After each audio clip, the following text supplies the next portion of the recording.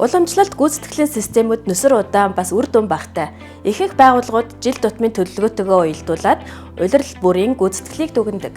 Гүйцэтгэлийн үнэлгээ нь ихэнх тохиолдолд bell curve буюу дундчлах аргачлаар жилийн эцэст нэг л удаа хийдэг. Гэвч хурдцтай өөрчлөгдөж буй өнөөгийн цаг үед энэ нь хэтэрхий хоцрогдсон аргачлал болсон. Ийм тогтолцоо нь эрсдэл даах чадварыг сулруулдаг. Бизнесийн үр ашиг буурдаг, ажилчдын итвэх оролцооч сулардаг. Харин OKR нь гүйцэтгэлийн үе шаттай уялдуулж, улирлаар үнэлдэг. 7-10 хоногоор ч үнэлэх боломжтой. Зах зээлийн өөрчлөлтөнд уян хатан шуурхай хариу үзүүлнэ. Алдаа гаргаж болно.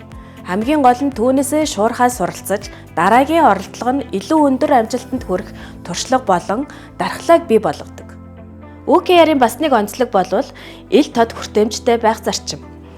Зорилго хүрх үр дүнг бүх ажилтан мэдэж, өөрийн хийж буй ажил гүйцэтгэл нь нийт зорилготой хэрхэн уялдаж байгааг ойлгох үед л ажилтны оролцоо итвэх огцон нэмэгддэг. Та OKR-ийн талаар илүү дэлгэрэнгүй мэдээлэл авахыг хүсвэл сувгаад дагаж, мэдээлэлд ойр байж бусдаас төрүүлж амжилтанд хүрээрэй. OKR Mongolia бүгдийг нь биш, чухлыг нь хэмж.